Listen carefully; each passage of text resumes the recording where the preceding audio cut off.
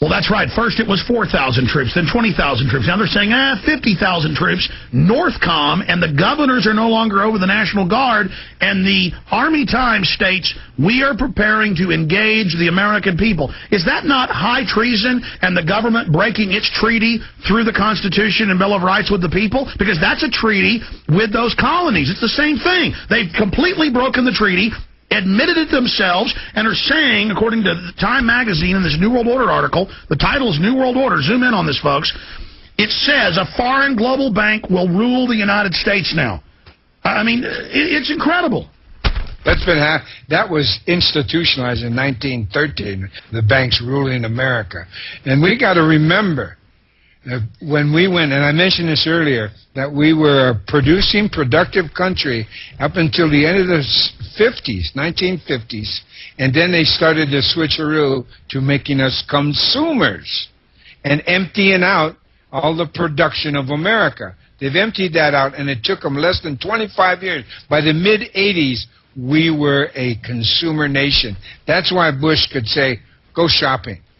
It's because that's what this country runs on now, consumerism. Because they want you dependent on them, just like the Native Americans.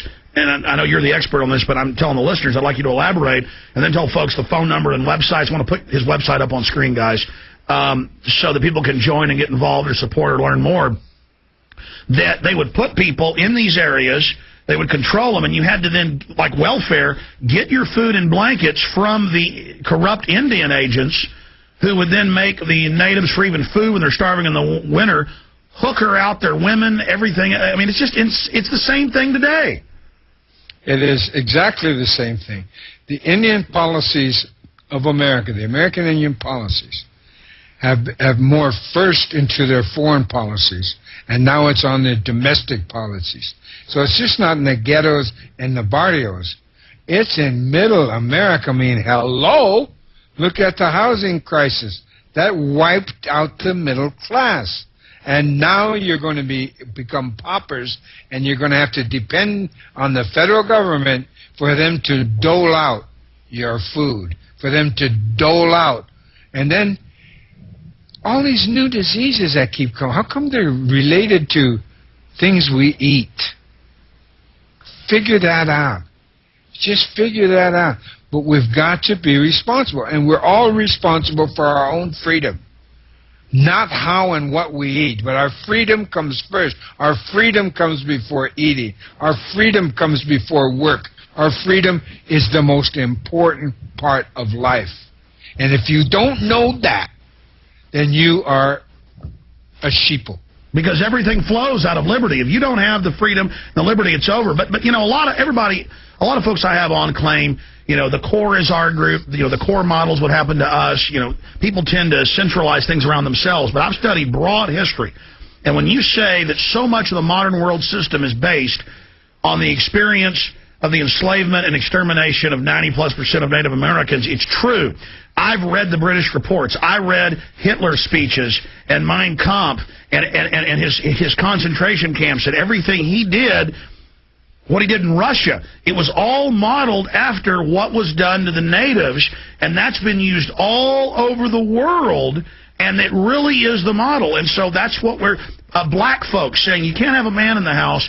The government's going to give you money for your home to put them in an inner city so they can then ship in drugs, put the men in prison, knowing the family would break down. I've got slave manuals written in the time of Julius Caesar when they would grab Germanic slaves of how they broke up the family, separated the men, put them on reservations to break them down. It's the same thing over and over again.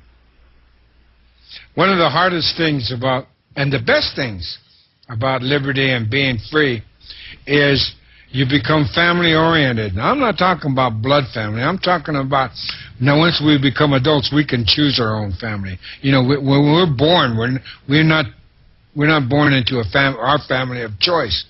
But when you're being free, you can choose your families. And if you look at Europe today, after all their tumultuous history, but they haven't emptied out their countries. They still make their own shoes, their own clothes, grow their own crops, make their own steel, and have all of the things necessary for a strong, vibrant country by itself, let alone being joining together in the European Union. But America, emptied out.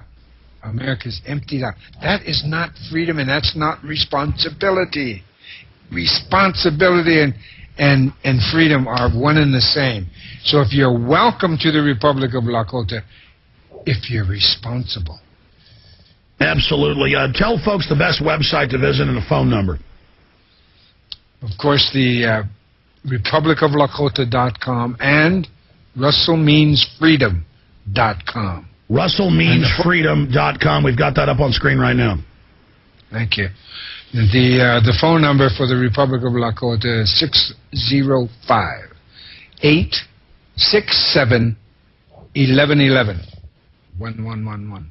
So that's 605-867-1111? Correct.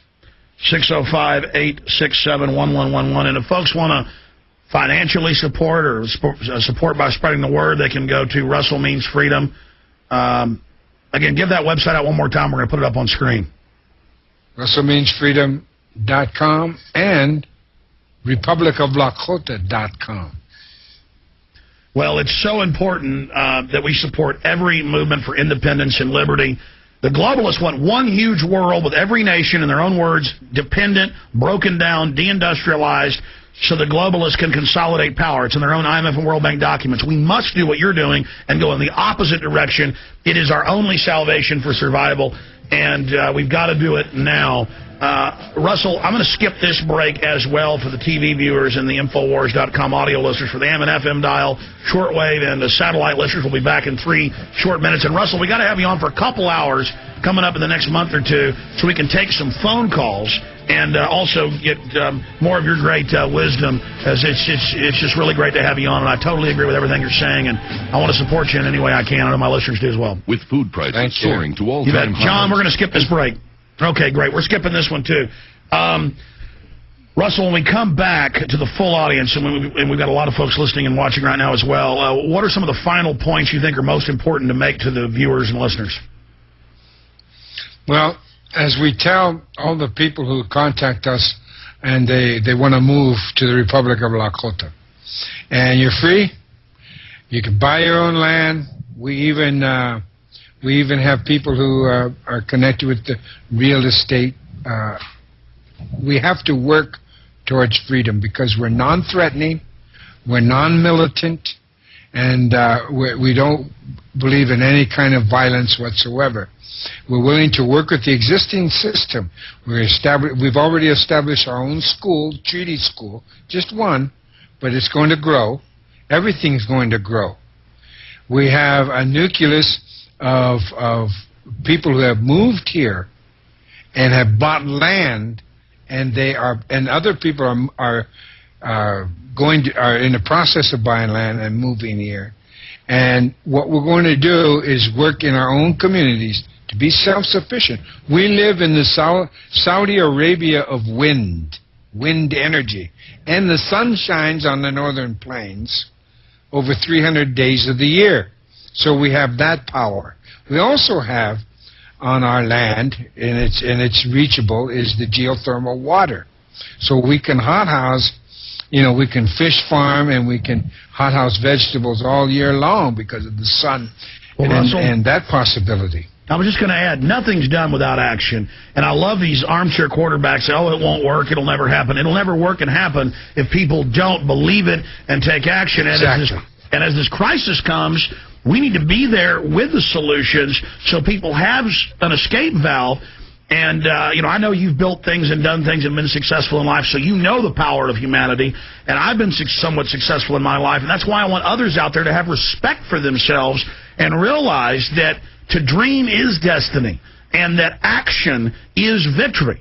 And so that, even if you just move out in the country with your friends and family somewhere else, the point is get off the grid, get self-sufficient, join together, because true wealth is your friends, your family, your neighbors, your community, and the willingness to stand together and to fight, because we're going into great time of tribulation. We're going to come back to the full audience, Russell, and I want to ask you one more question about Obama, to a message to the suckers out there, because it's so painful to see them being suckered and to see them falling to this deception.